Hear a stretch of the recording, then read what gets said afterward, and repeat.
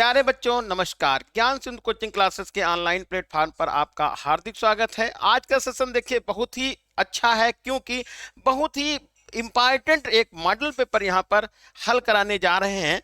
तो इसको जल्दी से आप पढ़िए और हर एक क्वेश्चन का आंसर हमारे साथ कमेंट बॉक्स में दीजिए। लेकिन एक साथ एक काम और करते हुए अपने यार दोस्तों को भी जरा शामिल कर लीजिए, उनको भी ये बता दीजिएगा कि वो भी इस साथ में जुड़ जाएं और हर एक क्वेश्चन का आंसर दीजिए। तो पहला क्वेश्चन यहाँ पर जो ऑब्जेक्टिव में है वो क्या है, किसी द्विघात बहुपद a x square plus b x plus c equal 0 और यहां पर ये लिखा गया है ए इज नॉट इक्वल 0 के संगत समीकरण y equal a x square plus b x plus c के ग्राफ का आकार कैसा होगा आपको बताना है। ये कहा इसके संगत यहां पर एक समीकरण दिया हुआ है y equal a x square plus b x plus c. तो इसका ग्राफ का आकार कैसा होगा? ऑप्शन दिया है वृत्ताकार है, ऑप्शन दूसरा है सीधी रेखा में, तीसरा है परवलयाकार है और चौथा ऑप्शन है आयताकार। तो इनमें कौन सा ऑप्शन सही है ये आप जरा कमेंट बॉक्स में बताइए क्या है। उसके पहले आप यहां पर देख लीजिएगा ये दो समीकरण जो दे रखी, कहा इसके संगत ये दिया हुआ समीकरण दूसरा वाला। तो ये जो समीकरण दी है ये परवलय को प्रदर्शित करती है y equal 4x square plus b x plus c. इसका मतलब क्या हुआ कि क्योंकि ये संगत समीकरण है तो फिर ये जो ग्राफ होगा वो भी क्या बताएगा, परवलय को प्रदर्शित करेगा। ऑप्शन नंबर सी यहां पर सही है। चलिए आगे बढ़ जाते हैं। अगला क्वेश्चन देखिए त्रिकोणमिति से है जो कि बहुत ही आसान है। क्या है जरा देखिए, ये लिखा है 3 cot ए लिखा हुआ है इज इक्वल टू 4 है। तो आपको सेक ए की वैल्यू पता करनी है। तो सेक ए की वैल्यू कैसे पता करेंगे? तो यहां पहले लिखिएगा cot ए इक्वल 4/3। ठीक है, तो काट होता है यहां पर देखिए tan का उल्टा, आपने पढ़ा होगा tan थीटा का उल्टा काट होता है। tan होता है लंब बटे आधार, तो काट हो जाएगा आधार बटे लंब। ठीक है, यहां तक कोई दिक्कत तो है नहीं। अब इसी से कंपेरिजन कर देते हैं a/l, ये आएगा 4/3। तो a की वैल्यू निकल गई 4 और l की वैल्यू निकल गई 3। अब निकालना है सेक। सेक किसका उल्टा होता है? सेक कास का उल्टा होता है। कास में कर्ण और आधार की जरूरत पड़ती है। तो यहां पर कर्ण कैसे पता करेंगे? ये निकाल लेंगे, कर्ण का मान निकालना है तो अंडर रूट का निशान लगाएंगे, लंब और आधार का स्क्वायर करके ऐड कर देंगे। तो स्क्वायर हो गया देखिए 4 का स्क्वायर 16 और ये आएगा 9। ये दोनों को जोड़ेंगे तो रूट हो जाएगा 25। के का मान निकल गया कितना? 5। अब के का मान 5 कर्ण 5 निकल गया। सेक क्या है? सेक तो कास का उल्टा होता है और कास होता है आधार बटे कर्ण। तो ये क्या बन जाएगा? कर्ण बटे आधार, यानी कि ये आएगा कर्ण ये अपान में आधार, ये 5/, ए का मान यहां होगा 4, 5/4। आंसर चेक करते हैं फिर कौन सा है। तो ऑप्शन नंबर बी यहां पर सही हो जाएगा 5/4। चलिए आगे बढ़ जाते हैं क्वेश्चन नंबर 3 में। और क्वेश्चन नंबर 3 क्या कह रहा, 1 से 9 तक की प्राकृतिक संख्याओं का समांतर माध्य कितना है? तो समांतर माध्य का सूत्र आपने पढ़ा, पदों का योग और अपान में पदों की संख्या। तो पदों का योग कहां से? 1 से लगा के 9 संख्याओं को जोड़ना है। तो आप यहां पर क्या करिएगा, 1 + 2 + 3 + 4 + 5 + 6 + 7 + 8 और +9, इनका जोड़ करना है और 9 से डिवाइड करना है। ठीक है, अब जोड़ कैसे करेंगे देखिए, यहां पर 1 और 2 मिलके 3 हो गया, 3 3 6, 6 4 10, 10 5 15, 15 6 21 होगा। 21 7 28 होगा, 28 और 8 36 हो जाएगा, 36 और 9 होता है 45। ठीक है, कितना हो गया? 45। अब 45 ये जोड़ हो गया ऊपर का, 9 से आप भाग कर लीजिएगा तो कितना आ जाएगा? 9 पच्चे 45, समांतर माध्य कितना निकल गया? 5। तो इस तरह से यहां पर आंसर निकल गया, बी ऑप्शन सही है। क्या करना था जरा फिर से देख लीजिएगा, क्योंकि प्राकृतिक संख्याओं को जोड़ना था 1 से 9 तक की, तो आपने 1 2 3 4 5 6 7 8 और 9 इनको आपस में जोड़ लिया, तो जोड़ कितना आया वो आपने कहा 45 जोड़ है। एक बार फिर से चेक कर लो भाई, मैं कहीं पर स्लिप ना हो। ये देखिए 3 3 6 4 10 5 15 6 21 7 28 28 8 26 26 9 36 36 9 45। ये आपका यहां से आंसर 5 मिल गया। चलिए अब आगे बढ़ जाते हैं अगले क्वेश्चन में। समांतर श्रेणी दी है, ये दिया है -5 दिया है, -1 है, फिर 3 है और 7 का सार्वांतर कितना है? तो सार्वांतर कैसे निकालते हैं उसका तरीका है, अगले वाले पद से पिछला वाला पद माइनस कर देते हैं। तो यहाँ सार्वांतर को डी लिखते हैं। यहाँ माइनस के चक्कर में आप ना पड़िए कहीं गलत हो जाए, हम यहाँ प्लस वाले में देख लेते हैं। ये 7 लिखा है, माइनस का 3 कर दीजिएगा, कितना निकल के आ गया? 4 हो गया। अब कौन सा ऑप्शन सही है? वो ऑप्शन नंबर ए यहां पर करेक्ट हो जाएगा, 4। चलिए आगे अगला क्वेश्चन क्या कहा है, पासे को एक बार फेंकने पर सम संख्या प्राप्त होने की प्रायिकता क्या होगी? देखिए चांस बताना, प्रायिकता मीन चांस है। पासा आपके पास है, उसमें जो है सम संख्या आ जाए, उसके चांस कितने? बस एक ही बार तुमको फेंकना है। जैसा कि आपको सबको पता है, पासे में जो नंबर होते हैं वो एक ही पृष्ठ पर एक ही नंबर लिखा होता है, और पृष्ठ कितने होते हैं? 6 यानी 6 होते हैं। तो यहां पर नंबर लिखे होते हैं 1 2 3 4 5 और 6। अब 6 नंबर में जरूरत किसकी है? मतलब का कौन है? सम संख्या मतलब की है। तो सम संख्या यहां पर कौन आएगी? 2 4 और 6, ये 3 संख्याएं सम हुई। पासे को आपने फेंका और उसमें 3 संख्याओं में से कोई आएगा, तब तो आपकी मान लो जीत है। जरूरत थी, ये हो गई सम संख्या आने की प्रायिकता। तो कितने नंबर आपके मतलब के हैं? कहा सर इसमें मतलब के तो हमारे 3 अंक हैं। कौन कौन से? 2 4 और 6। और टोटल अंक आ कितने सकते हैं? तो 6 ही तो आ सकते हैं, क्योंकि 6 अंक है तो 6 ही आ सकते हैं। तो यहां पर अपान 6 लिख लीजिएगा, क्योंकि प्रायिकता का सूत्र बनता है अनुकूल घटना अपान कुल घटना। इसका जो रेशियो है, अनुपात है, वो प्रायिकता कहलाता है। ठीक है, तो आप इसको डिवाइड कर दीजिएगा, तो 1/2 हो गया। कितना आया? 1/2। अब यहां पर देखिए ऑप्शन चेक करिएगा, तो ऑप्शन नंबर ए यहां पर करेक्ट हो जाएगा। इन केस ऐसा कहा जाए कि कोई विषम संख्या आने की प्रायिकता बताओ, तो सम संख्या हो चाहे विषम संख्या हो, उन दोनों कंडीशन में हमारा आंसर क्या आएगा? 1/2 ही आएगा, क्योंकि विषम संख्याएं यहां पर है 1 3 और 5 है। चलिए अगला क्वेश्चन 6 है, देखिए क्या कह रहे हैं। चित्र ओ में ये वृत्त बना हुआ, इसका सेंटर केंद्र ओ दिया हुआ है। केंद्र वाले वृत्त की एक जीवा है पी क्यू। ये जीवा दिख रही है आपको, यहां पर नाम हटा दिया है, पी और क्यू ये जीवा दिख गई। पी टी, पी और टी स्पर्श रेखा। जीवा क्या होती है? वृत्त के 2 बिंदुओं को, वृत्त की परिधि के 2 बिंदुओं को मिलाने वाली रेखा क्या कहलाती है?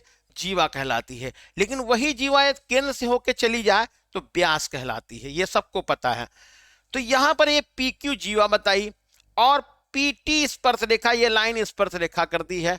अब इन्होंने कहा Q P T, Q P T ये वाला कोण दिया हुआ है 60 अंश। क्यू यहां लिखा, पी टी ये जरा समझिएगा, कोण कितने अंश है? 60 यानी कि 60 अंश दिया हुआ है। अच्छा, आपसे पूछा गया है पी ओ क्यू, पी कहां है? ये है। ओ और क्यू, इसका मान पूछा गया है, कितने अंश है। तो कैसे निकालेंगे जब समझ लीजिए, बहुत आसान क्वेश्चन है, कोई दिमाग लगाने की जरूरत नहीं, बस केवल थोड़ा सा इसको समझना है, बस क्या है। ये आपको बताया गया, हमने बताया, आपने भी पढ़ा होगा कि वृत्त है और उस पर कोई स्पर्श रेखा आपने खींच दी तो स्पर्श बिंदु से केंद्र को मिलाने वाली रेखा स्पर्श रेखा पर लंब होती है। फिर से सुन लीजिएगा, वृत्त पर खींची गई स्पर्श रेखा के स्पर्श बिंदु को यानी कि P को बिंदु O यानी केंद्र से मिलाने वाली रेखा स्पर्श रेखा यानी PT पर लंब होती है। तो ये पूरा कोण कितने अंश का बन गया? ये पूरा कोण बन गया, ये जरा ध्यान दीजिएगा, ये कोण जिसको हमने अब ब्लैक से किया है ये 90 का हो गया, 90 अंश का हो गया। अब जरा बताओ बेटा, ये 90 अंश का पूरा कोण हो गया और ये लाल से मैं ये पहले इंडिकेट किया था ये वाला, ये कोण इन्होंने बता रखा है QPT 60 अंश का है। तो यदि हम आपसे पूछें कि ये कोण कितने अंश का है तो सबका जवाब मिल जाएगा करेक्ट। ये कितने अंश का होगा बताइए? पूरा कोण 90 अंश का है, ये जो दिख रहा 90 का आपको, उसमें से 60 माइनस कर दीजिएगा तो कितना बचेगा? 30 बचेगा। तो भैया ये सब लोगों ने एक साथ में आंसर दे दिया, कितने अंश का है? 30 अंश का। हमको इस कोण नहीं बताना, हमको तो केंद्र पर जो कोण बनना था उसको बताना है। अब आ जाइए, यदि हम बात करें त्रिभुज OPQ में, जरा बताइए, यहां पे OPQ त्रिभुज दिख रहा, OPQ ये त्रिभुज है, यहां पर ये Q है। इसमें यदि हम आपसे कहें दो लाइन बराबर हैं, दो भुजाएं बराबर हैं, तो सबका जवाब होगा सर सही है, दो लाइन बराबर हैं। कौन बराबर है? ये वाली लाइन बराबर है, OP और OQ। अब क्यों बराबर है ये जरा आप लोग बता दिए, दोनों लाइनें क्यों बराबर है? ये इसलिए बराबर है क्योंकि ये वृत्त की क्या है? त्रिज्याएं हैं, वृत्त की त्रिज्याएं हैं, वृत्त की त्रिज्याएं हैं, त्रिज्याएं हैं। अब यदि कोई त्रिभुज है उसकी दो लाइन बराबर है तो वो आमने सामने के कोण बराबर होते हैं। तो अब ये बताओ, ये कोण 30 अंश है तो ये वाला भी कोण 30 अंश का हो जाएगा, ठीक है। अब ये कोण 30 तो ये वाला कोण भी 30 अंश हो गया। अब त्रिभुज के दो कोण तुमको मालूम हो गए 30-30 के, तो दोनों का योग कितना हो गया? 60 हो गया।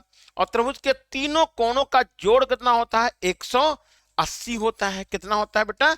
180। अब 180 में से 60 माइनस करो तो कितना आएगा? 120 अंश आ जाएगा। तो मिल गया फिर आपका आंसर कौन सा? 120। तो ऑप्शन नंबर यहां पर बी जो है वो सही है। चलिए अब आगे बढ़ जाते हैं। क्वेश्चन नंबर 7 क्या लिखा है? 7 में लिखा हुआ है 27, 23, x माइनस 4, x प्लस 4, 15, 3, 7 का समांतर माध्य 15 है तो x का मान कितना है वो बताना है। यानी यहां पर नंबर दिए हुए हैं, नंबर कितने कितने दिए हैं? 27, 23, x माइनस 4, x प्लस 4 और 15, 3, 7 का समांतर माध्य कितना बोला है? 15। तो x का मान निकालना है। समांतर माध्य का सूत्र क्या बनता है? पदों का योग बटे पदों की संख्या होती है। तो मैं यहां पर लिख लेता हूं, ये समांतर माध्य की जगह पर 15 यानी 15 लिख लीजिएगा। पद कौन कौन से हैं? 27 लिखिए, प्लस 23 लिख लीजिए, प्लस x माइनस 4 लिख लीजिएगा और प्लस x प्लस 4 लिख लीजिएगा और प्लस 15 लिखिए, प्लस 3 और प्लस 7। एक बार जरा फिर से मिला लीजिएगा। 27 लिखा, फिर 23 लिखा, फिर x माइनस 4 लिख लिया है, x प्लस 4 भी लिख गया और 15 और 3 और 7 लिखा। पदों की संख्या काउंट करें तो 1, 2, 3, 4, 5, 6 और 7। तो यहां पर 7 पदों की संख्या हो गई। अब क्या करना है? देखो, ये 4 प्लस का और ये 4 माइनस का यहां से तो कट गया, ठीक है। अब जोड़ना बाकी रह गया 27 और 23, 15 और 3 और ये 7। तो 27 और इनको जरा जोड़ लिए कितना आएगा? ये होगा 7 3 10, 4 1 5 50, तो ये हो गया। ठीक है, x और x मिलके 2x होता है, यहां तक भी कोई दिक्कत नहीं है, तो आप यहां पर 2x लिख लीजिएगा। और इधर जरा देखिएगा, 15 और 7 3 10, तो 10 15 10 कितने होते, 25 होते हैं, तो आप यहां पर 25 लिख लीजिएगा, 25। और अपान में कितना हो जाएगा, 7 हो जाएगा, यहां तो कोई दिक्कत नहीं है। तो अब यहां 15 लिख लीजिएगा, क्रॉस गुणा करेंगे तो 15 और 7 का गुणा करेंगे तो 15 सत्ती 105 होता है, तो आप लिख जाइए यहां पर 105, क्रॉस गुणा किया गया यहां पे 105 ये हो गया, इक्वल निशान लगाइए। 50 और 25 मिलकर कितना हो गया, 75 हो गया, तो आप यहां पर 75 ये लिख जाइएगा, 75 75 ये बन गया। और प्लस का कितना हुआ, 2x हो गया। ठीक है, इधर घटा लीजिएगा तो कितना हो जाएगा, 75 इसमें से माइनस हो जाएगा, तो 105 में से 75 घटेगा, तो सब लोगों को पता है कि कितना बचेगा, 30 बचेगा। कितना बचेगा, 105 यानी 30 आ गया यहाँ पर 30। ठीक है, और ये हो जाएगा इतना 2x, अब भाग कर दीजिएगा तो कितना हो गया, 15।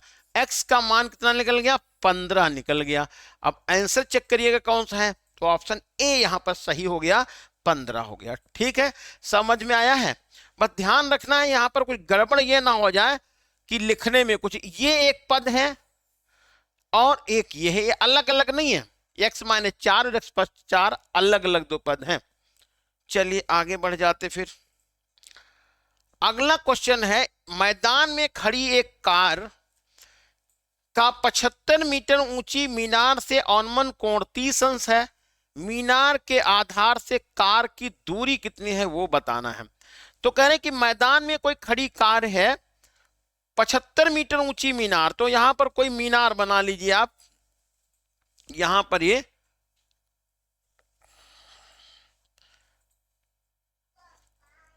जो है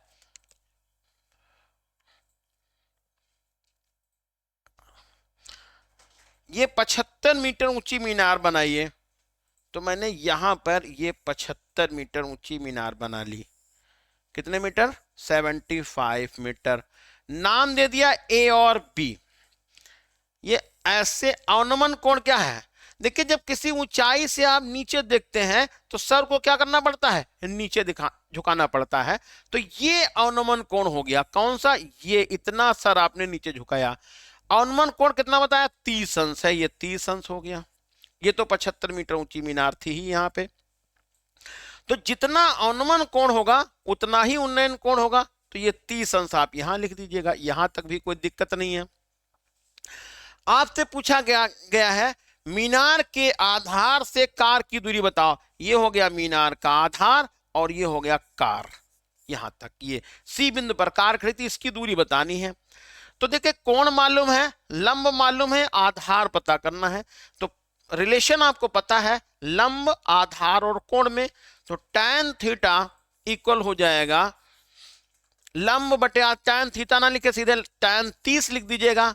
लंब कितना है, 75 है, आधार कितना है, x है। tan थीटा क्या होता है, लंब बटे आधार होता है, लंब यहां पर 75 है और आधार x है। ये मान 1/√3 लिखा हुआ है, कितना है, 1/√3। 75 यहां लिख दीजिएगा और x यहां कर दीजिएगा, क्रॉस गुणा करेंगे तो x का मान आएगा 75 गुणा √3। अब 75 गुणा √3 किस ऑप्शन में है, तो ऑप्शन नंबर यहां पर बी देखो लिखा हुआ है, 75 गुणा √3 मीटर, ये हो गया हमारा ऑप्शन नंबर सेकंड। अब देखिए क्वेश्चन नंबर 9 में, क्वेश्चन नंबर 9 ये बताता है कि दो विभिन्न यानी अलग अलग पासों को एक साथ उछाला जाता है, मतलब पासे एक नहीं है बल्कि पासे कितने, दो हैं। एक द्विक अंक आने की प्रायिकता, द्विक अंक का मतलब यहां पर यह लिया गया है कि दोनों पासों में एक जैसे अंक आए। ठीक है, कितने आए, एक जैसे अंक आए, एक आए तो दोनों में एक आए, दो आए तो दोनों में दो आए, तीन आए तो तीन, चार आए तो चार, पांच आए तो पांच, छह आए तो छह। अब सात आए सात ना कहिएगा, क्यों, क्योंकि सात तो होता ही नहीं है, मैक्सिमम अंक तो छह होते हैं। तो द्विक अंक कितनी तरह से आ सकता है? 6 तरह से आ सकता है। कितना आ सकता है बेटा? 6 तरह से आ सकता है। और दो पासों को कितनी तरह से उछाला जा सकता है? कितने चांस हो सकते हैं आने के अधिकतम? तो आप कहेंगे सर दो 6 हैं, एक में नंबर 6 है, तो दो पासों को जब उछालेंगे तो 6 का 6 से मल्टीप्लाई करके स्क्वायर कर लीजिएगा, यहां पर स्क्वायर करिएगा। या दो पासों को उछालेंगे तो कितनी तरह से वो फेंके जा सकते हैं? 36 तरह से फेंके जा सकते हैं। समझ में आया? अब मान लो यहां पर 3 पासे होते और इनको फेंकते तो कितनी तरह से हो जाते हैं? 36, 6 गुणे 6 गुणे 6 यानी 216 बार हो जाते हैं। समझ बात आई? तो यहां पर ये फेंके कितनी बार जा सकते हैं? कितनी तरह से? 36 तरह से फेंके जा सकते हैं। तो 36 ये हो गई कुल घटना। अनुकूल घटना कौन है? जब 1 1 आएगा, 2 2 आएगा दोनों में, 3 3 दोनों में आएगा, 4 4 आएगा, यानी 6 तरह से फेंके जा सकते, मतलब के हैं आपके। तो यहां पर आप 6/36 लिखिएगा, डिवाइड करिएगा तो 1/6 यहां पर हो गया राइट आंसर। कितना आया? 1/6। अगला नंबर क्या है? अगला नंबर देखिए 10 नंबर, बेहद इंपॉर्टेंट क्वेश्चन है। ये क्वेश्चन यदि नहीं पूछा जाएगा तो इसी तरह का कोई क्वेश्चन आपसे परीक्षा में जरूर पूछा जाएगा। ये कह रहे हैं द्विघात समीकरण px² माइनस 2√3px प्लस 15 = 0 के दोनों मूल बराबर हैं, तो p का मान कितना है? तो देखो यहां पर आप देखेंगे तो p का a का मान p के बराबर हो गया, यानी a p हो गया। b का मान हो गया -2√3 और c का मान हो गया 15। तो ये आपको तीनों मान पता चल गए। a का मान p हो गया, b का मान 2√3 हो गया, c का मान 15 हो गया। मूल बराबर होने की जो शर्त है वो आपको बताई गई, पता है, मालूम है क्या? b² - 4ac = 0। क्या लिखेंगे बेटा? b² - 4ac = 0। b के स्थान पे कितना लिखिए? -2√3 का करो स्क्वायर, माइनस लगाओ, 4 लिखो, a का मान p लिख लो और c के स्थान पे 15 लिखो, बराबर हो गया 0। -2√3, 2 का स्क्वायर 4 हो जाएगा और √3 का तो 3 हो जाएगा, 4 तियां कितना हो गया? 12 हो गया। फिर से समझिएगा, ये आ जाएगा कितना? 2 का माइनस, देखिए माइनस का कोई मतलब नहीं, स्क्वायर करेंगे तो अपने आप ही प्लस हो जाएगा।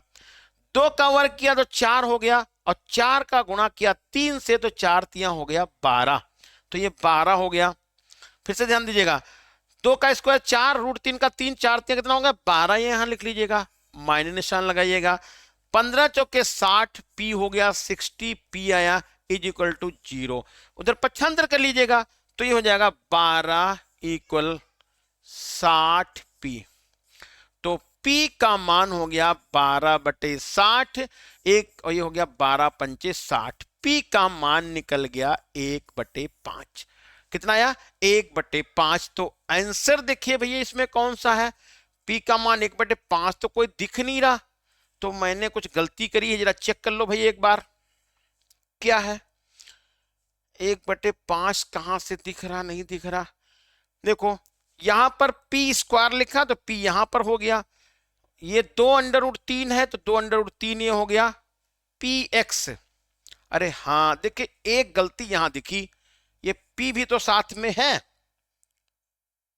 p भी तो साथ में था, तो ये यहां पर हम, एक मिनट, देखो थोड़ा सा यहां स्लिप हुआ है, ये p भी साथ में था और p को यहां पर मैंने सबमिट नहीं किया था, केवल इतना ही लिख लिया, तो ये p यहां लिख लो। ठीक, अब जब यहां पर p लिखेंगे तो यहां भी मान थोड़ा चेंज हो जाएगा। क्या हो जाएगा? -2√3 p का स्क्वायर हो जाएगा, तो ये हो जाएगा 12p², 12p²। फिर से देखिएगा, यहां पर p छूट गया था, अब इधर ट्रांसफर करिए तो कितना बनेगा? ये हो जाएगा आपका 12p², 12p² P square, 12p² equal 60p।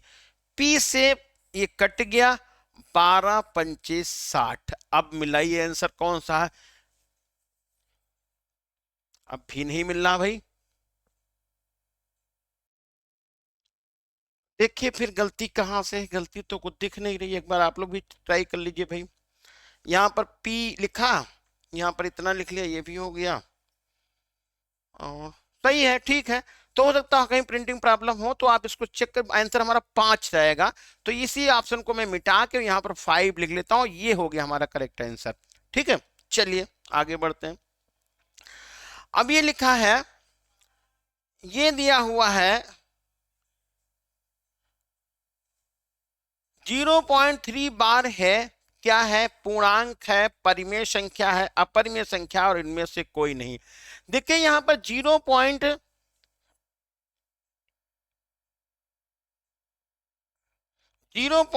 बार का मतलब हुआ कि आप इसको क्या करेंगे, 0.3 बार इसको आप लिखेंगे 0.33, और ये कहां तक के, लास्ट तक के इसको लिखते चले जाएंगे, इन्फिनिटी ऐसे ये खत्म नहीं हो रही।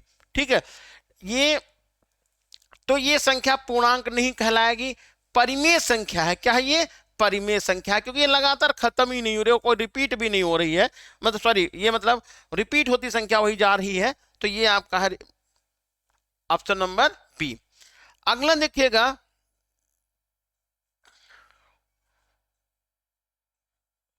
क्वेश्चन नंबर 12 दिया हुआ है, alpha plus comma beta comma gamma, ये 2x³ plus x² minus 12x plus c के मूल आपको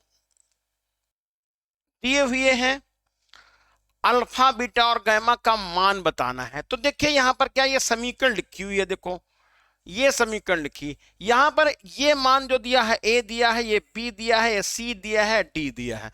आपसे पूछा गया अल्फा बीटा गैमा, ये इनटू लिखा हुआ है, कॉमा नहीं लगा, alpha dot beta dot gamma का मान बताइए। तो ये होता है alpha beta gamma minus d upon a, कितना होता है? Minus d upon a. तो डी का मतलब हो गया 6, तो आप यहां पर 6 लिख देंगे, और ए का मान लिखेंगे 2, और माइनस पहले से लगा देंगे, तो 2 3 6 हो जाएगा। आंसर कितना मिलेगा? -3। तो राइट आंसर हो जाएगा ऑप्शन नंबर डी।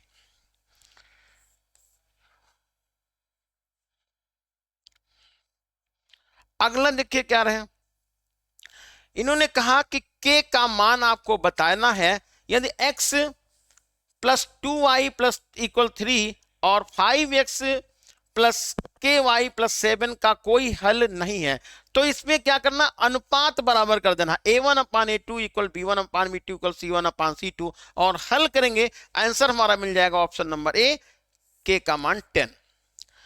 अब देखिए अगला क्वेश्चन क्या है, कि द्विघात समीकरण के मूलों का योग, मूलों का सम मतलब जोड़ 3 है। इसमें पहचानना है कि किसमें मूलों का योग जो होगा वो मूलों का सम 3 होगा, ये निकालना है। तो कैसे इसको निकालेंगे, तो इसको पहले हल कर लीजिए आप। यहां पर पहले क्या लिखे, 2x⁻² minus 3x plus 6 is equal to 0। या एक काम कर लीजिए, यहां पर मूलों का योग निकालिए, अल्फा प्लस बीटा से लगाइए। ये वाला मान कौन है? ए है, ये बी है, सी है।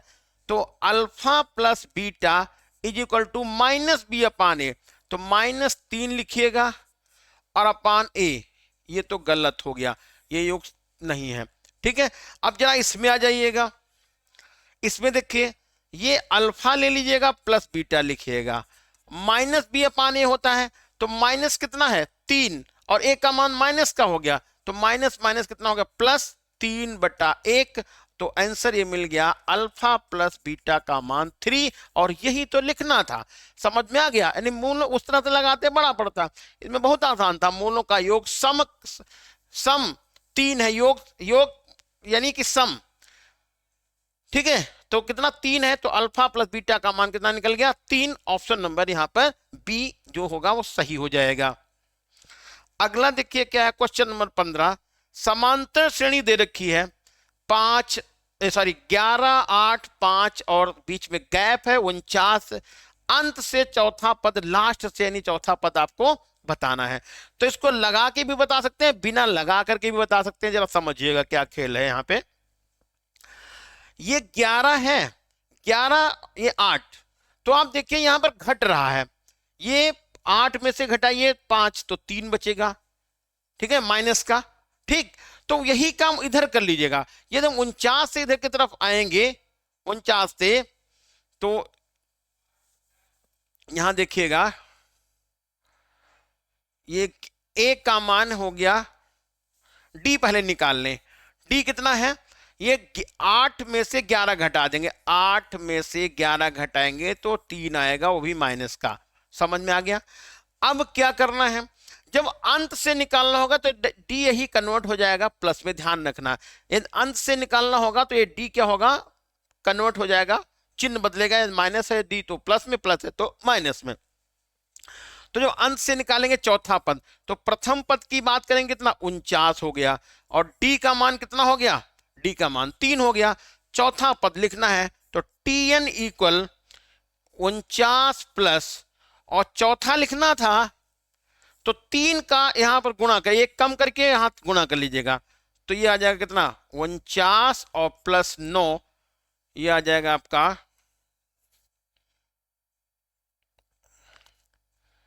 9, कितना हो गया 58, 58। समझ में आया नहीं आया, फॉर्मूला वही लगाया ना हमने, ये 49 है 49। टी एन बराबर a plus n minus 1 into d. ठीक है, तो एन का कितना होगा, 4 होगा, 4 में से 1 घटाएंगे 3 हो जाएगा, और सार्वंतर यहाँ पर 3 है, 3 से गुणा करेंगे, 3 3 9, 49 में 9 जोड़ेंगे तो 58 हो जाएगा। तो ऑप्शन नंबर होगा कौन सा, डी। चलिए आगे बढ़ जाते हैं। आगे क्वेश्चन यहां पर दिया हुआ है, त्रिभुज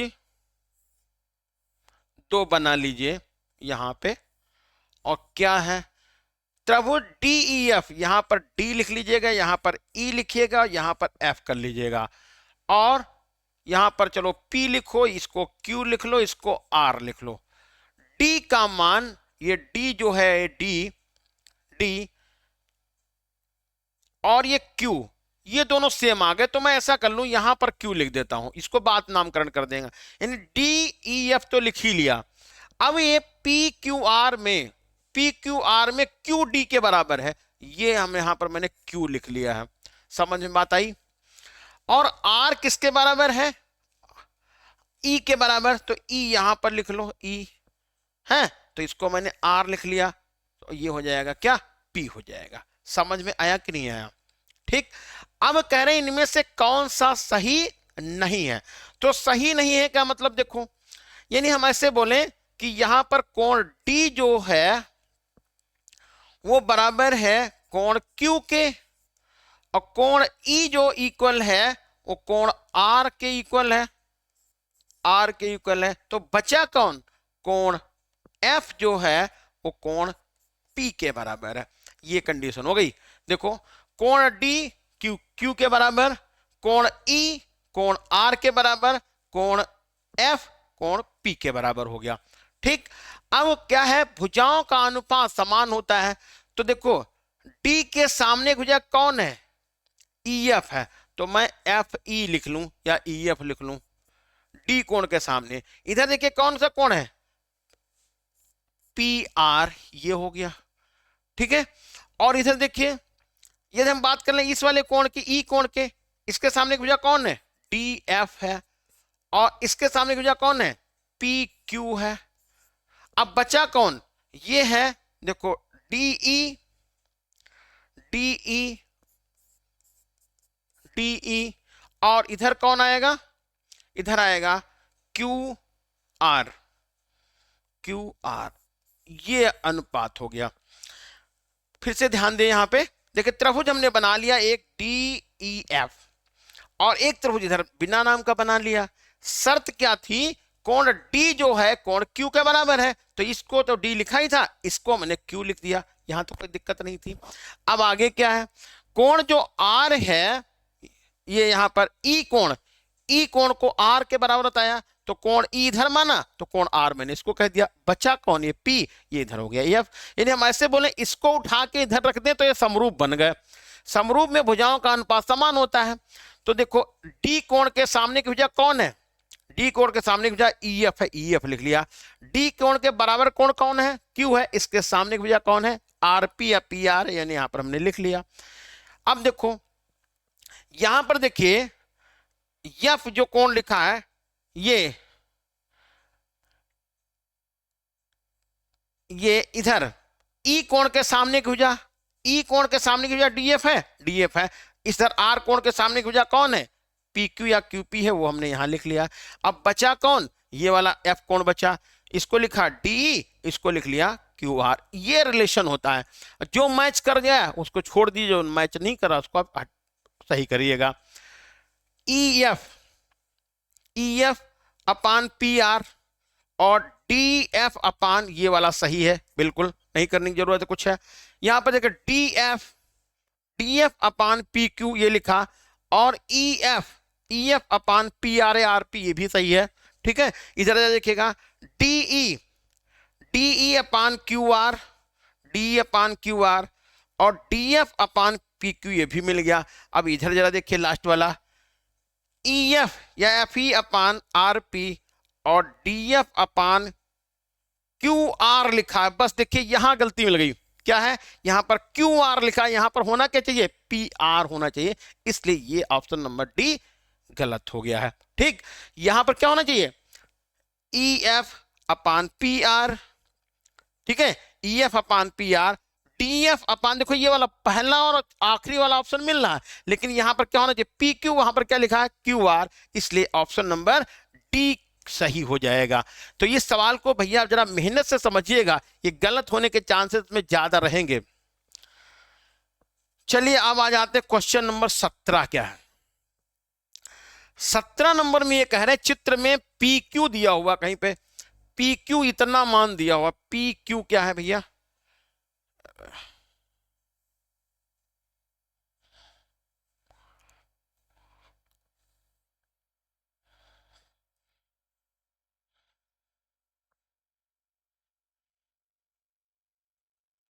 चलिए देखिए थोड़ा सा कोई टेक्निकल प्रॉब्लम आई थी इसलिए प्रॉब्लम हो गई ऐसे।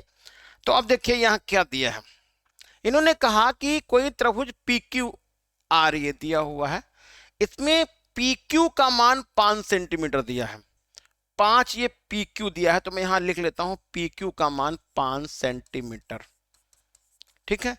और बी क्यू कितना है, बी क्यू का मान है 2 सेंटीमीटर, 2 भी लिख जाओ, ये चलो सेंटीमीटर हो गया। और सी आर का मान कितना है, 3 सेंटीमीटर, सी आर ये 3 हो गया, यानी इतना मान इन्होंने 3 लिखा और बी क्यू का मान 2 लिख दिया है। और ये टोटल वैल्यू कितनी दिखाई इन्होंने, टोटल वैल्यू ने पी क्यू का 5 मान दिया है। अब देखिए ये ध्यान दीजिए, यहाँ पे ये अंदर जो सर्किल है वो तीनों भुजाओं को टच कर रहा है, मतलब ये कि ये स्पर्श रेखाएं होंगे क्यू बी और क्यू ए, दोनों स्पर्श रेखाएं हैं जो कि होंगी आपस में बराबर, ठीक है। तो हम यदि यहां पर ये लिखें क्यू ए का मान कितना है, तो क्यू ए आप बता देंगे तुरंत कितना है, क्यू ए का मान, टोटल दूरी कितनी है यहाँ पर 5 है, देखो लिखा है पी क्यू का मान 5 में से 5 ये, तो हम ऐसे लिख लें, देखो ये लिख लिया यहां पर, देखो बी पी क्यू ए ले लीजिए। चलिए अब क्यू आर लिख लीजिएगा क्योंकि परिमाप निकालना है, और प्लस आर पी ये मैंने लिख लिया, और इसका मान पता करना, परिमाप में बाहर की माप निकालनी है, ठीक है। तो पी क्यू को तो यहां पर क्या कर सकते हैं, पी क्यू को तोड़ के लिख रहा हूं, पी क्यू को क्या लिख दिया यहां पर, ये P A plus Q A, ठीक है। और यहां जरा देखिएगा, ये प्लस क्यू आर हमने लिख ही लिया है, यहां तक कोई दिक्कत नहीं है, आर पी भी लिख लिया, पी आर भी लिख लिया है, आगे बढ़ा लीजिए जरा यहाँ पे। ये जो यहां पर है पी ए का, यदि हम आपसे कहें पी ए की वैल्यू कितनी है, तो आप कह देंगे कि पी ए का जो मान है, ये पी ए का मान, तो पी ए का मान कैसे निकालेंगे जरा समझिए। पूरा मान दिया हुआ है ये, और इतना मान आपको क्या है, ये दोनों लाइन तो बराबर हो गई, तो 5 में से हम इसको घटा दें कितना, क्यू ए को, तो पी ए का मान निकलेगा 3 सेंटीमीटर। 3 कहां से आया मालूम हो गया सबको। देखो ये टोटल दूरी पी क्यू कितनी है, 5 है, इसमें से आप 2 माइनस कर दिएगा तो ये 3 ये निकल गया। ठीक, ये वाली 3 भुजा है तो ये वाली भी 3 हो जाएगी, यहां से यहां तक की।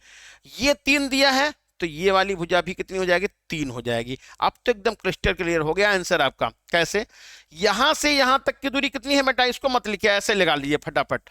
यहां से यहां तक की दूरी कितनी, 5, यहां से यहां तक की दूरी 5, और 5 और ये 3 3 6, दूरी कितनी हो गई, 5 5 10 और 6 16। एक बार फिर से रिवाइज कर लीजिएगा, इससे आसानी से समझ में आ जाए।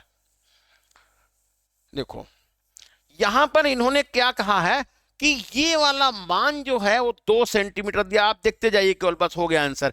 ये 2 सेंटीमीटर है यहां से यहां तक का, तो हम क्या कह सकते हैं। और हाँ, ये वाला जो मान है, ये वाला मान है 3 दिया है, तो आप इसको 3 बोल दीजिएगा। ये तो किताब में दिया था, हमने कुछ नहीं करा यहां तक का। अब ये वाला 3 है, तो यहां से यहां तक की दूरी भी 3 होगी, क्योंकि वृत्त के बाह्य बिंदु पर खींची गई स्पर्श रेखाएं आपस में बराबर होती हैं, तो ये हो गई 3, ये 3 हो गई, ये 3 हो गया। और यहां से देखिए, अब ये टोटल दूरी कितनी थी, 5 थी, तो 5 में से आप 2 माइनस कर दीजिए इतना, ये टोटल वैल्यू कितनी थी, 5 थी। इसमें से 2 घटा दीजिएगा तो ये वाली दूरी यहां से यहां तक की दूरी 3 हो गई, तो ये वाली 3 हो गई, तो ये वाली भी भुजा 3 हो गई। अब जरा हमारे साथ आ जाइए, कितना, ये 3 2 5, 5 2 7, 3 10, 3 13 और 3 16 हो गया, परिमाण निकल गया आंसर, ऑप्शन नंबर ए। अगला नंबर क्या है, यदि R1 और R2 वाले दोनों त्रिज्याओं वाले दो वृत्तों की परिधियों का जो योग है त्रिज्या के बराबर है, परिधि का योग त्रिज्या के बराबर है, तो उस वृत्त की परिधि कितनी होगी वो आपको निकालना है। तो आपने कहा दो वृत्तों R1 और R2 त्रिज्या वाले दो वृत्तों की परिधि, तो 2 पाई R1 और 2 पाई R2, ये दोनों वृत्तों की परिधि हो गई। इनको दिया जोड़, ये बन गई नए वृत्त की त्रिज्या, यानी ये हो गया कैपिटल R। अब कह रहे हैं इसकी परिधि किसके बराबर होगी, तो हम यहां पर लिखेंगे 2 पाई कैपिटल R। ठीक है, किसके बराबर होगी वो देखना है। फिर त्रिज्याओं का योग परिधि के बराबर है, तो अब 2 पाई R ये किसके बराबर हो गया, 2 पाई ब्रैकेट में इसके बराबर करना है, इनके योग के बराबर था।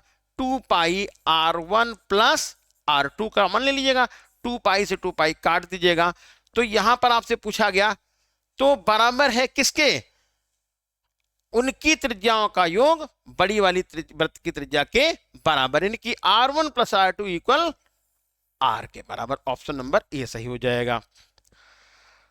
19 नंबर सवाल क्या है, दो गोलों के आयतन में अनुपात दिया है, उनके क्षेत्रफल में अनुपात बताइए। तो आयतन में अनुपात है कितना, ये V1 अनुपात अपान V2, यहां पर हम केवल अनुपात ही लिख लेता हूं, कितना 64, ये 27, तो 4/3 पाई R क्यूब ये हो जाएगा। तो हम त्रिज्या में अनुपात निकाल लें तो ये हो जाएगा R1 क्यूब अपान R2 क्यूब, ये 64/27 हो गया। घनमूल निकाल लेंगे तो R1 अपान R2 का मान निकल गया 4/3। ये बात तो समझ में आ गई। निकालना है क्या, क्षेत्रफल का मतलब स्क्वायर कर दिएगा, क्योंकि 4 पाई R स्क्वायर बनता है, तो ये स्क्वायर जब करेंगे तो R1 स्क्वायर और R2 स्क्वायर, ये कितना बन जाएगा 16:9। यही हमारा आंसर आ जाएगा 16:9, ऑप्शन नंबर डी। अगला सवाल क्या दिया हुआ है, साइन ए का मान दिया हुआ है और कॉस बी का भी मान दिया हुआ है। आपसे मान पूछा गया है a प्लस बी कितना होगा। तो देखो बहुत आसान सा सवाल है। साइन ए को आप लिखेंगे साइन ए इक्वल a/2, तो साइन ए इक्वल साइन 30, क्योंकि साइन 30 का मान कितना होता है 1/2 होता तो a का मान कितना निकल जाएगा, 30 निकल जाएगा। इसी तरह से यहां पर करिए कितना, cos b इक्वल 1/2, तो cos b का मान लिखिए, cos 60 का मान होता है, तो b की वैल्यू कितनी निकल गई, 60 यानी 60। अब क्या करिएगा, a प्लस b का मान 30 प्लस 60 मिलके कितना गया, 90 गया, और हमारा ऑप्शन नंबर हो गया डी। समय थोड़ा ज्यादा लगा है, लेकिन हर एक क्वेश्चन को हमने पूरी तरह से क्लियर करके बताया है आपको। चलिए अब आ जाइए, अगला सवाल क्या है। अगले सवाल में कहा k के किस मान के लिए k + 9, 2k - 1 और k + 7 समांतर श्रेणी में है, वो क्रमागत पद दिए हुए हैं। अब करना क्या है, देखिए यहां पर कैसे लगाएंगे, तो उसके लिए क्या करिए, समांतर श्रेणी में मतलब k की वैल्यू निकालनी है, तो दूसरे पद से पहला पद घटाइए, जितना मान आना चाहिए, वही तीसरे पद से दूसरा पद घटाइए, वही मान सेम आना चाहिए। तो मैं यहां लिख लेता हूं, देखिए d इक्वल, दूसरा पद कौन है, 2k - 1, इसमें से माइनस कर दीजिएगा k - 9। समझ में आ गया, दूसरे वाले पद से पहला वाला पद घटा दिया है, तो 2k - 9 माइनस k - 1।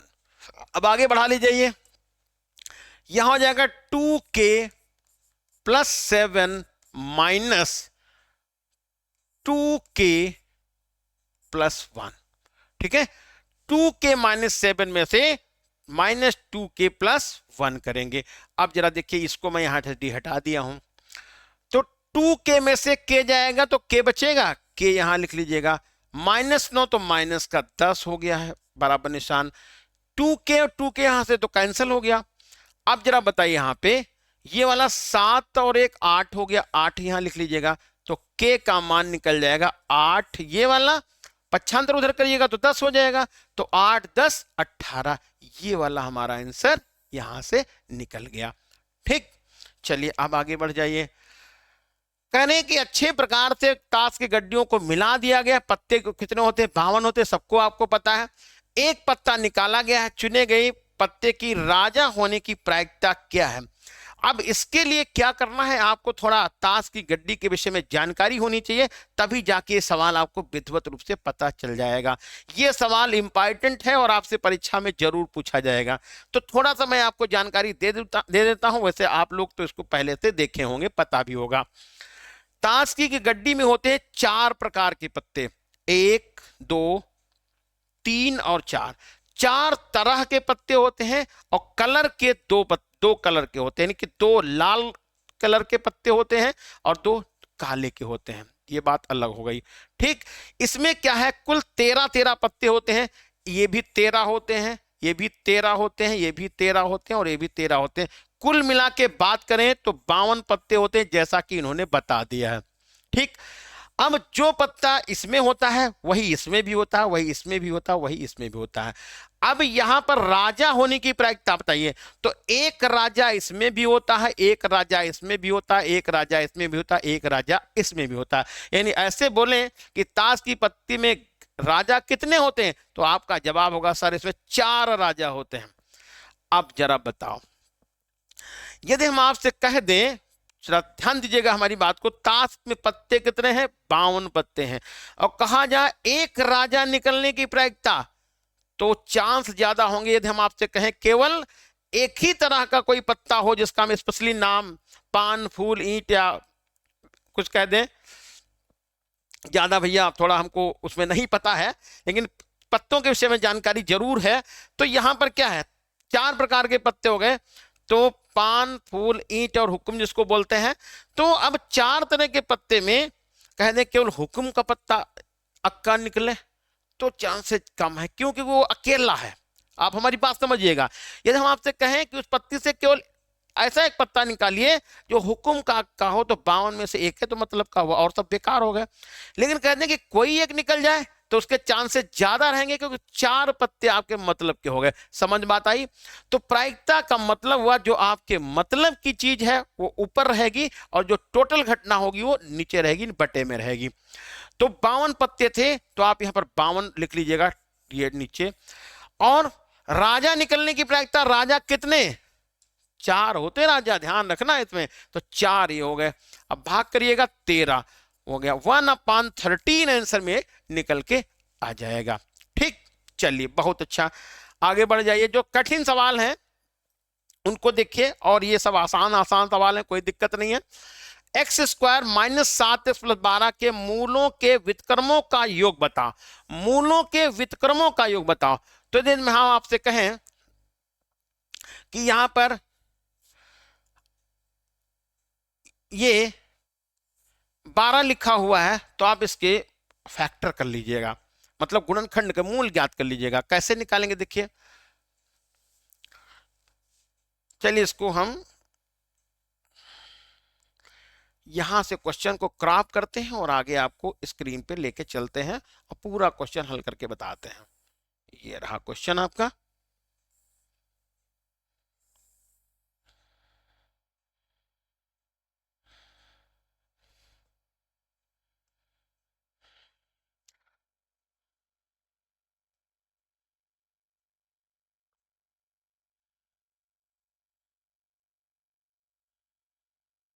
चलिए यहीं समझ लीजिए इसको। ठीक, तो ये हो जाएगा कितना, x² लिखा, तो 12 के गुणनखंड कितने आए,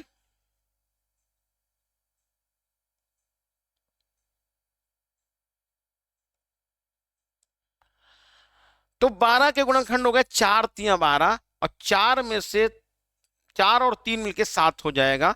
तो आएंगे x² -4 + 3 लिख लेंगे, x लगा देंगे, प्लस का 12 = 0 लिख देंगे।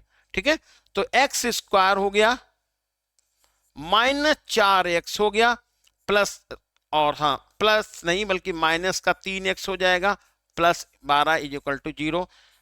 यहां पर मैं x लिख लेता हूं, x - 4 हो गया, -3 लिख लिया, और x - 4 = 0 हो गया। अब मूल जरा चेक करिएगा, x - 4 = 0, तो x = 4, ये आपका मिल गया। यहां तक कोई दिक्कत तो है नहीं। अब x - 3 = 0, तो x = 3 हो गया, यहां तक भी कोई दिक्कत नहीं है। अब इनका जोड़ करो, व्युत्क्रम का मतलब उल्टा करो। ठीक है, तो ये हो जाएगा मूलों के व्युत्क्रमों का योग, तो ये आ जाएगा आपका 1/4 और प्लस 1/3, ये आप जोड़ लीजिएगा और यही आपका आंसर हो जाएगा।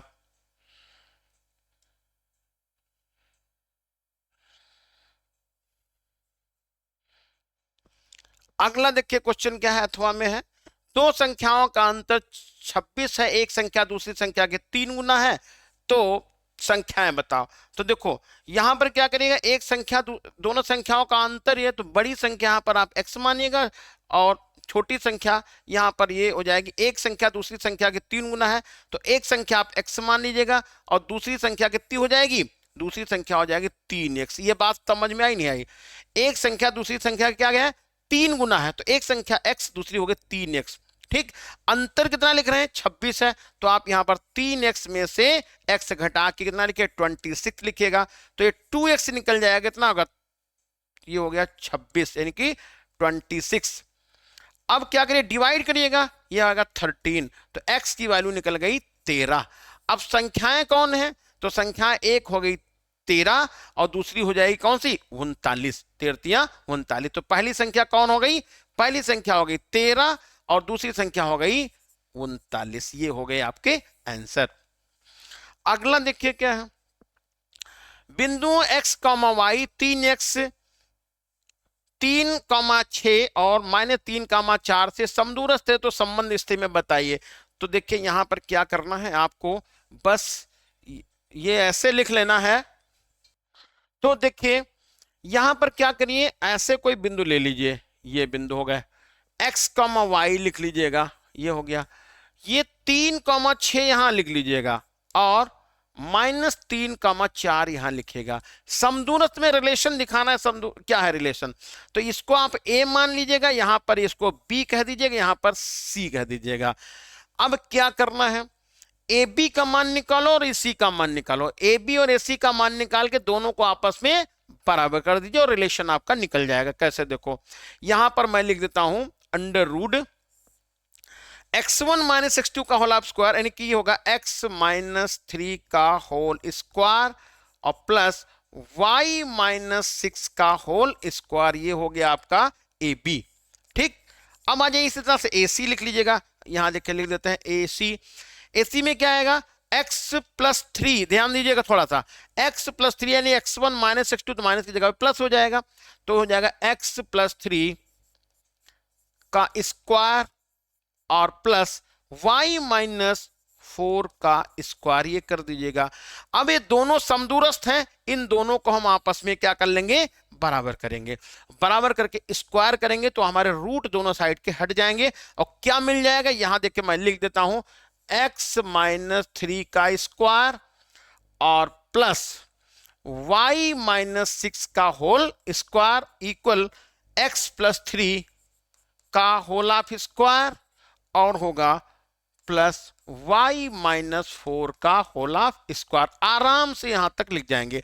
अब क्या करेंगे, x वाले पद एक तरफ ले जाएंगे, y वाले एक तरफ ले जाएंगे, तो x माइनस 3 का whole of square minus x plus 3 का होल ऑफ स्क्वायर। देखिए माइनस यहां लगाएंगे, इसके अंदर कुछ नहीं करेंगे, और होगा y माइनस 4 का स्क्वायर और माइनस y माइनस 6 का स्क्वायर। अब इनको आपको एक बार जोड़ देना है और एक बार घटा देना है। जोड़ेंगे तो क्या बनेगा, ये देखिए यहां पर मिटा देते हैं हम, ये हो जाएगा x minus 3 plus x plus 3 और इधर लिख देंगे x minus 3 minus x minus 3, minus x minus 3 इधर आएगा। इक्वल का निशान यहां लगा दीजिए, नीचे लिख देते हैं y माइनस 4 एक ब्रैकेट में माइनस y प्लस 6 एक में हो गया और y minus 4 plus y minus 6 ये बन गया। अब देखो 3 से 3 कट गया ये वाला, इधर देखो x से x कट गया, यहां देखिए y से y कट गया और इधर आपका ये कुछ नहीं कटेगा। अब इधर कितना बचेगा, 2x बनेगा, तो 2x आप लिख जाइएगा। देखिए 2x और 3 3 माइनस का हो जाएगा कितना, माइनस का 6, तो माइनस का 6 से यहां पर मल्टीप्लाई कर देंगे, माइनस 6 हो जाएगा। यहां देखिएगा 6 में से माइनस का 4 हट जाएगा तो प्लस का 2 बचेगा, तो मैं यहां 2 लिख लेता हूं और इधर हो जाएगा 2y। ठीक है, ये से 2 हटा दीजिएगा और 2 से यहां पर 3 लिख दीजिएगा, तो आएगा माइनस 3x और ये हो जाएगा y। पक्षांतर करिएगा तो 3x plus Y is equal to 0, ये हो जाएगा रिलेशन यानी कि संबंध। ठीक है, चलिए आगे आ जाइए। फिर शंकु के आधार की त्रिज्या और ऊंचाई मालूम है, तिर्यक ऊंचाई निकालनी है। तो देखिए ये सवाल बहुत आसान है, ये आपको त्रिज्या यहां से पता है और हाइट पता है। तिर्यक ऊंचाई का फॉर्मूला यहां हम लिख देते हैं R square plus H square, इसी में मान डालना, आंसर निकालना आपका काम है। चलिए आगे बढ़ जाते हैं। यह दिया हुआ है, वह अनुपात बताइए जिसमें बिंदुओं को मिलाने वाले रेखाखंड को बिंदु इसमें विभाजित करता है। ठीक है, यानी ये दो बिंदु हैं, इनको मिलाने वाले रेखाखंड को ये वाला बिंदु जो तीसरा दिया हुआ है इसको ये विभाजित कर रहा है। तो मैं यहां साफ साफ आपको फिगर बना देता हूं। ये हो गया आपका ए बिंदु, ये हो गया बिंदु बी। ए का मान है माइनस का 3, ये है 10 और ये हो जाएगा 6 कॉमा माइनस का 8। इसको आप लिखेंगे x1 y1, इसको लिखेंगे x2 और y2। यहां पर कोई एक पॉइंट ले जाएंगे, कौन सा, 1,6, जिसको हम लिख देंगे x, y। यहां पर आ जाएगा m1, यहां पर क्या हो जाएगा m2।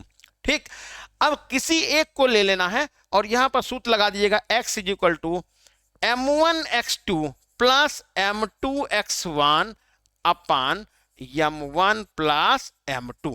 ठीक, सब मान पता है कि m1 और m2 को छोड़ के, तो m1 वाला पद इधर लिखिएगा, m2 वाला उधर लिखिएगा, फिर भाग कर दीजिएगा, m1 बटे m2 का मान यहां निकल जाएगा।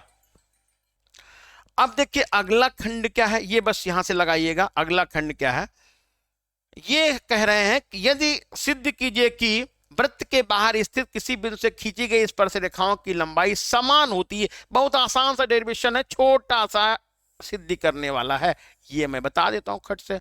यहां पर पॉइंट हो गया सर्किल का, यानी केंद्र हो गया। ये ऐसे लाइन आपने मिला दी, ऐसे इसको मिला दिया, ये केंद्र ओ हो गया। यहां पर P हो गया, इसको मैं A लिख दिया, इसको मैं B लिख देता हूं। अब कहा क्या गया है, इस बाह्य बिंदु से वृत्त पर खींची गई स्पर्श रेखाओं की लंबाई क्या है, समान है। मैं इसको और इसको समान बोल देता हूं। ये हमको दिखाना है, PA इक्वल PB दिखाना है। अब कैसे सिद्ध करेंगे जरा देखिएगा। हम बात कर लेते हैं त्रिभुज OAP में, OAP और OBP में, त्रिभुज तथा त्रिभुज OBP में। ये देखिए, अब जरा बताओ यहां पर ए कोण कितने अंश का है, 90 अंश का है, और बी भी 90 अंश का है। तो ये हम 90-90 यहां लिख लेते हैं। कोण ए और कोण बी कितना हो गया, 90 अंश हो गया। यहां तो कोई दिक्कत नहीं है। और ये देखिए OA और OB, OA और OB क्या है, आपस में इक्वल है। सबका जवाब आएगा क्यों बना इक्वल है, क्योंकि ये वृत्त की त्रिज्याएं हैं। तो ये हो गया त्रिज्याएं। अब ये OB जो लाइन बीच वाली दिख रही ना, OB तो दोनों में कॉमन है, OP दोनों में कॉमन है। OP ये वाली लाइन, OP दोनों में उभयनिष्ठ है, कॉमन है। अब जब दोनों में उभयनिष्ठ हो गई तो जरा बताइए बेटा, ये दोनों त्रिभुज कैसे हो गए, सर्वांगसम हुए। जब दोनों त्रिभुज सर्वांगसम हो गए तो फिर ये दोनों लाइन भी क्या हो जाएंगी, बराबर हो जाएंगी। तो यहां पर हम लिख देते हैं त्रिभुज, इसलिए त्रिभुज कौन सा, OAP सर्वांगसम त्रिभुज OBP, ये सर्वांगसम हो गया, इसलिए यहां पर AP जो है वो BP के बराबर है। AP बराबर BP, ये हो गया इस प्रश्न का आंसर। चलिए फिर बढ़ते हैं अगले क्वेश्चन में। अगला क्वेश्चन देखिए, यहां त्रिकोणमिति का है और इसमें क्या है, 1 + tan स्क्वायर है अपान 1 + cot स्क्वायर है, और यहां पर सिद्ध करना 1 + tan स्क्वायर है अपान 1 + cot है। लेफ्ट साइड में क्या करिए, 1 + tan स्क्वायर को sec square equal 1 + tan square होता है, और cot स्क्वायर 1 + cot स्क्वायर को क्या कहते हैं, कोसेक स्क्वायर लिख सकते हैं। ठीक है, tan स्क्वायर है कोसेक स्क्वायर, इसको साइन और कॉस में कन्वर्ट कर लीजिएगा, यहीं पे छोड़ दीजिएगा। अब राइट साइड में आइएगा, 1 + tan लिखा हुआ है। ठीक है, तो 1 + tan को हम 1 + साइन अपान कॉस में लिख देंगे, और नीचे भी साइन अपान कॉस में लिखेंगे, हल कर लेंगे, और राइट साइड आपका लेफ्ट साइड के बराबर हो जाएगा। अगला जो क्वेश्चन दिया है यहां पर है 2x + 3y = 11 को हल कीजिए, और इसमें m का वह मान ज्ञात कीजिए जिसके लिए y = mx + c हो। तो बस इसमें क्या करना है, उठाइए आप यहां पर इतने को y की जगह पे फिल कर दीजिएगा। ठीक है, और यहां आप मान पता कर लीजिएगा, m का मान निकल जाएगा, क्योंकि जब y का मान x के फॉर्म में डालेंगे तो आपका आंसर यहां से निकल जाएगा। अगला देखिए क्या है, अगला जो सवाल देखिए, ये वाला सवाल मान के चलिए, ये सांख्यिकी सवाल हर हालत में आपसे पेपर में पूछा जाता है। सांख्यिकी में चाहे मध्यिका है, चाहे बहुलक है, चाहे समांतर माध्य है। मध्यिका में क्या करना होता है, एक नया कॉलम आपको बनाना होता है। कौन सा, संचयी बारंबारता का। कौन सा संचयी बारंबारता का कॉलम बनाना होता है, संचयी बारंबारता का, संचयी बारंबारता, संचयी बारंबारता, संचयी बारंबारता। अब संचयी बारंबारता कैसे निकालते हैं, देखिए यहां पर क्या करेंगे, 4 तो ये लिख लेंगे, अगला कॉलम 4 और 13 जोड़ के यहां पर 17 लिख देंगे। ठीक है, 17 और 18 जोड़ करके कितना जाएगा, ये 35 हो जाएगा। ठीक है, 35 9 कितना हो जाएगा, 35 9 हो जाएगा 44, और 44 और 6 हो जाएगा 50। इस तरह से संचयी बारंबारता बनती है। ठीक है, कॉलम ये बना लेंगे। फिर यहां देखेंगे कि इसका n/2 करेंगे, n/2 का मतलब 50/2 यानी 25 का आएगा। 25 की संचयी बारंबारता में गया, तो 25 गया संचयी बारंबारता, इसमें ये हो जाएगा f।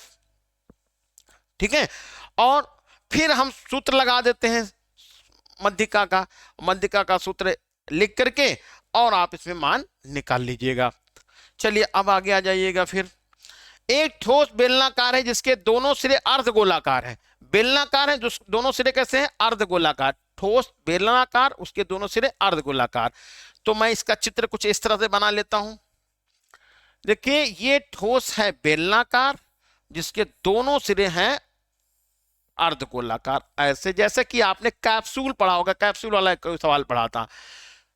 जिस ठोस की कुल ऊंचाई है 20 सेंटीमीटर, तो यहां पर चलिए ऐसे बना लें।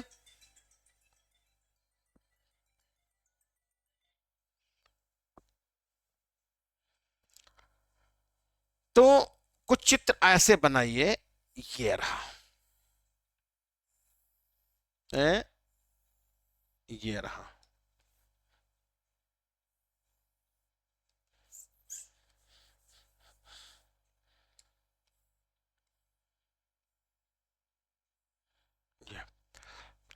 तो चलिए ऐसे इसको बना लीजिए, क्या दिक्कत है। ये हो गया। कुल ऊंचाई 20 सेंटीमीटर, तो यहां से यहां तक की ऊंचाई 20 सेंटीमीटर दी है, ठीक है। व्यास 7 सेंटीमीटर दिया है, तो 7 का मतलब 3.5, ये त्रिज्या ये हो गई, 3.5 ये हो गई। यहां तो कोई दिक्कत तो है नहीं। यानी हम बात करें त्रिज्या की, तो त्रिज्या हो जाएगी 7/2, यानी 7/2, यानी हम लिख देते हैं 3.5 सेंटीमीटर। ये हो गया। अब कहने इसका कुल आयतन बताओ, तो देखिए यहां पर बेलन और अर्धगोला बना हुआ है, तो बेलन को हटाओ, दोनों अर्धगोलों को जोड़ो तो गोला बनेगा। तो कुल आयतन निकालने के क्या बनेगा, बेलन का आयतन, या मैं सीधे फार्मूला लिख लेता हूं, pi r square h plus 4/3 pi r cube. Pi r square h plus 4/3 pi r cube. यहां तो कोई दिक्कत तो है नहीं। अब ऊंचाई देखिए, त्रिज्या तो मालूम हो, ऊंचाई पता करना है। तो जरा आप बताइए हमको बेटा, यहां से यहां तक की ऊंचाई 20 है, यदि इसमें से 3.5 ये घटा दें, 3.5 ये घटा दें, तो 7 ऊंचाई घट जाएगी। कितनी ऊंचाई घटेगी, 7। बचेगा कितना, 13 ही तो बचेगा। ये 13 बचेगा, 13 सेंटीमीटर, ये 13 लिख लीजिए यहां तक का। तो 7 ऊपर से हटाओ, सॉरी 3.5 ऊपर से, 3.5 नीचे से, तो 7 हटाइएगा तो 13 बच जाएगी। तो हाइट यहां पर लिख देंगे 13। अब बताइए, कैलकुलेशन तो बाकी बचा है। पाई का मान 22/7 लिख दीजिएगा, आर का मान 7/2 लिखिएगा। तो मैंने यहां पर पाई का मान 22/7 लिख लिया। आर की जगह पे 7/2 और 7/2, ऊंचाई लिखी 13, लिखा 4/3, पाई की जगह पे 22/7 और त्रिज्या लिखी 7/2, 7/2 और 7/2। अब बताइए, ये कैलकुलेशन सिर्फ करना है आपको और आंसर निकाल लीजिएगा।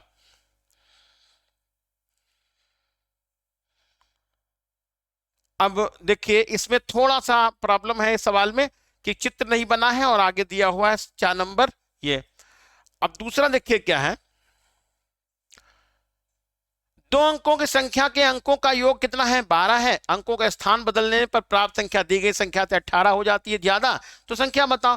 तो आप यहां पर संख्या, इकाई का अंक, दहाई का अंक x मानिएगा, इकाई का अंक y मानिएगा। तो मैं यहां शॉर्ट में लिख देता हूं, दहाई का अंक ये हो गया x, इकाई का अंक क्या हो गया, y हो गया। संख्या निकल गई 10x प्लस y। इतना तो समझ में आ ही गया, ठीक।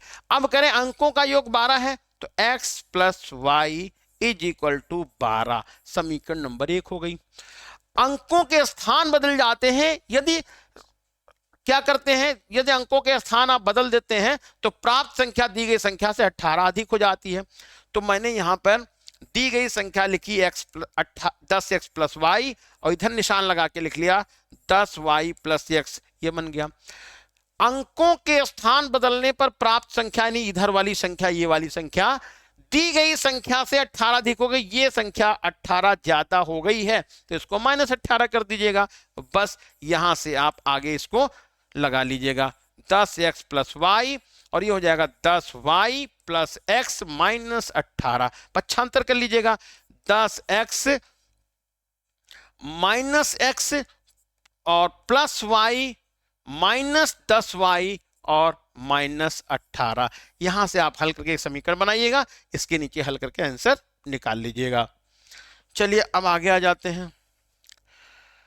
360 किलोमीटर की दूरी एक समान चाल से तय करके एक चाल 5 घंटे उसकी चाल अधिक होती रेलगाड़ी की, तो वो 1 घंटा कम समय लेती। आपको रेलगाड़ी की वर्तमान चाल बतानी थी। तो इसकी चाल को आप मान लीजिएगा, कौन सा चाल को x मानिएगा। तो ओरिजिनल समय कितना लग रहा था, 360 बटे x, 1 घंटा इतना समय लगा। ये तो बात हो गई। अब कह रहे हैं कि ये जो उसको चाल ये इतनी किलोमीटर क्या होती, ज्यादा होती, तो अब समय उसका कितना हो जाता, 360 अपान x प्लस 5 होता। और यहां पर मैं लिख लेता हूं 360 बटे x लिख लेता है। अब ये रेलगाड़ी धीमे जा रही थी और ये 5 किलोमीटर प्रति घंटे के चाल से ज्यादा जा रही है, तो उसी यात्रा को 1 घंटा कम समय लेती। तो इसमें 1 घंटा समय कम लगेगा क्योंकि ये तेज जा रही थी, इसमें 1 घंटा समय ज्यादा लग रहा था। तो यदि हम इसमें 1 घंटा प्लस कर दें तो इसके माइनस हो जाएगा। भाई इसमें 1 घंटा प्लस कर दें तो दोनों का क्या हो जाएगा, बराबर हो जाएगा। ठीक है, ये गलती हो गई। देखिए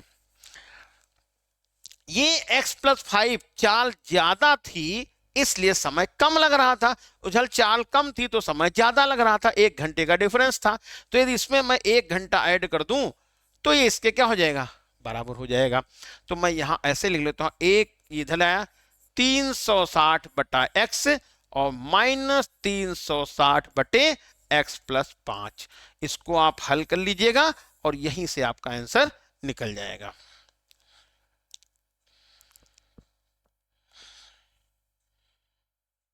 अगला नंबर देखिए क्या है। किसी समांतर श्रेणी के 4 क्रमागत संख्याओं का योगफल है 32 तथा पहले और अंतिम संख्याओं का गुणनफल, दो मध्य संख्याओं के गुणनफल का अनुपात है 7:5। तो संख्याएं बताइए। 4 क्रमागत संख्याएं दे रखी, उनका योग है 32। पहले और अंतिम संख्याओं का गुणनफल मध्य और संख्याओं के मध्य, दो मध्य संख्याओं का गुणनफल का अनुपात है 7:15।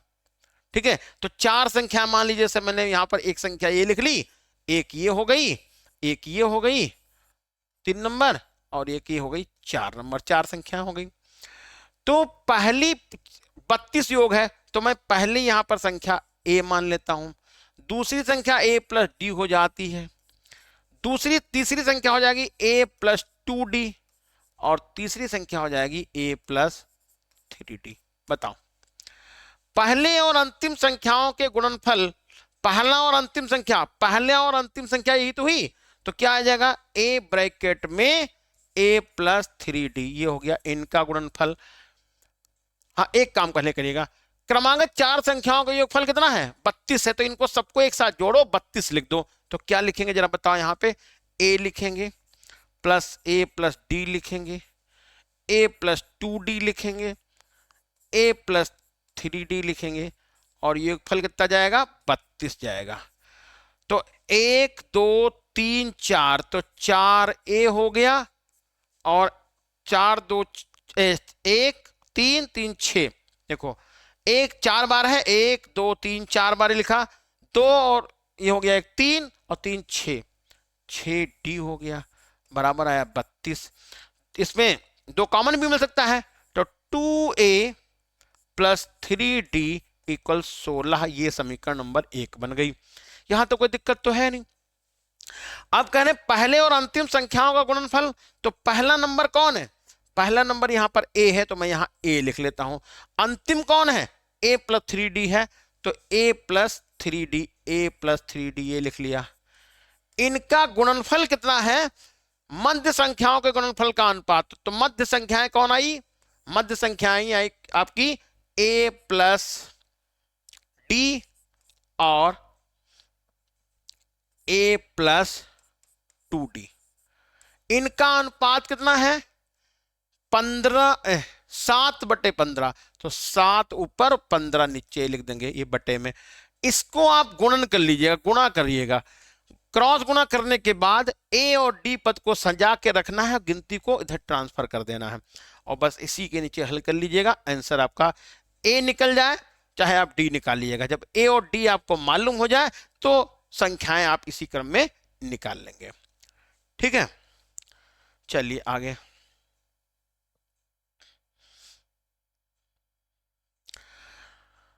तो इन्होंने एक सवाल दिया था, ये क्या है देखो, टीवी सेटों का निर्माता तीसरे वर्ष 600 टीवी और 7वें वर्ष 700 टीवी सेट का निर्माण करता है। ठीक है, ये मानते हुए कि वो हर साल उत्पादन उसका समान रूप से बढ़ता है। तो प्रथम वर्ष का उत्पादन बताइए क्या है। तो देखो यहां पर तीसरे साल, ये तीसरे साल हो गया, और ये कौन हो गया, तीसरे का सातवां, इनके बीच डिफरेंस कितने का है, डिफरेंस है 4 साल का। और 4 साल ने इसने टीवी कितने बढ़ाए हैं, टीवी तो 100 बढ़ाए ना, तो 100 ही हो गया, 4 साल में 100 इसने बढ़ाए, भाग कर दीजिएगा तो कितना, ये 25 हो गया ना, 25 हर साल वो बढ़ा रहा।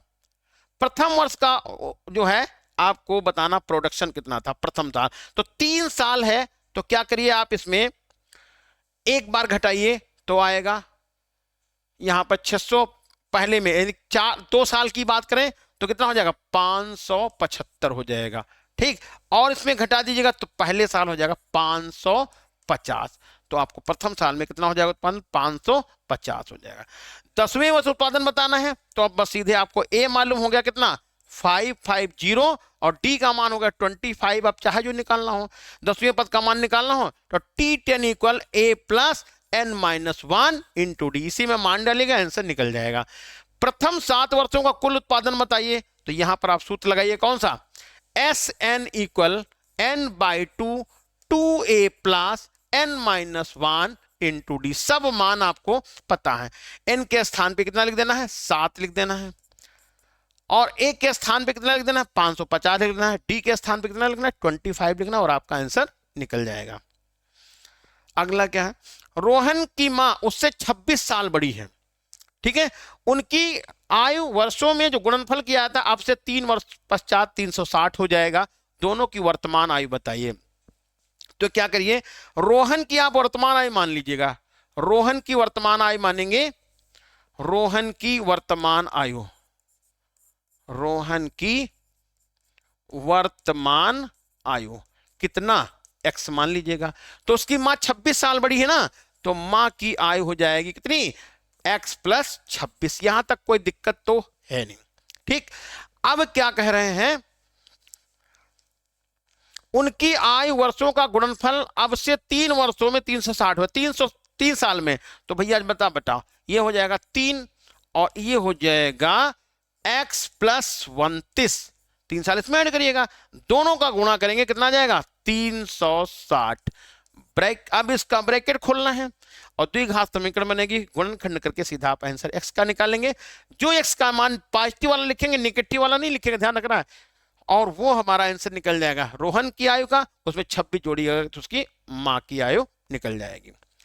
अब बचता है आपका लास्ट क्वेश्चन, भिन्न 1/3 होती है कब, जब उसके अंश में 1 जोड़ दिया जाता है, और 1/4 कब हो जाती है, जब उसके हर में से 1 घटा दिया जाता है, भिन्न क्या होगी। तो इसके लिए आप क्या करिए, अंश मान लीजिएगा आप x और हर मान लीजिए y, भिन्न बता दीजिए कितनी है, x/y। 1/3 हो जाती है तो भैया पहली शर्त क्या बताएं, 1/3 भिन्न हो गई कब, जब उसके अंश में 1 जोड़ा जाता है, 1 यहां लिखे तो अंश कितना था 1, और ये a लिख लिया, समझ में नहीं आया, क्रॉस गुणा करिएगा तो 3x plus 3 equal y, 3x minus y equal -3, समीकरण नंबर 1। 1/4 हो जाती जब हर में से 1 घटाया जाता है, तो अब 1/4 यहां लिख लीजिएगा, और हर में से जब घटाया गया कितना, 1 घटाया गया तो y माइनस 1 हो जाएगा, तो 4x is equal to y minus 1, तो 4x minus y is equal to -1, ये समीकरण नंबर निकल गई कौन सी, सेकंड। अब यहां देखिए, यहां भी y है, वहां भी माइनस का y है, दोनों समीकरण लिख लीजिए आप ऊपर नीचे, जैसे मैंने यहां लिख लिया है 3x माइनस y इक्वल -3, और लिखा है 4x और ये -y=-1। अब यहां पर कर दीजिए आप घटाने पर, और घटाने पर करने के बाद चिन्ह दीजिए बदल, और इसको दीजिए हटा, और आपका यहां से ये आंसर निकल जाएगा। ये कितना आएगा, माइनस का x हो जाएगा, और ये आपका माइनस का 2 निकलेगा, x का मान 2 साल निकल जाएगा। ठीक, तो x मान हो गया 2, उसकी मात्रा हो जाएगी 2 में जोड़ेंगे तो 26 2 28 साल हो जाएगी। सॉरी, ये 2 मान निकल गया। अब यहां पर भिन्न का मान जब निकालेंगे तो 2, और y का मान निकालेंगे तो यहां से y निकल जाएगी। ठीक, तो इस तरह से आप यहां पर इस सवाल को भी हल कर लेंगे। तो ये था आज का सेशन, जिसमें हमने एक बहुत ही अच्छा मॉडल पेपर आपको पूरा का पूरा हल करा दिया। अब आपकी जिम्मेदारी बनती है इसको दोबारा जरूर रिवाइज करेंगे। तब तक के लिए फिर जय हिंद।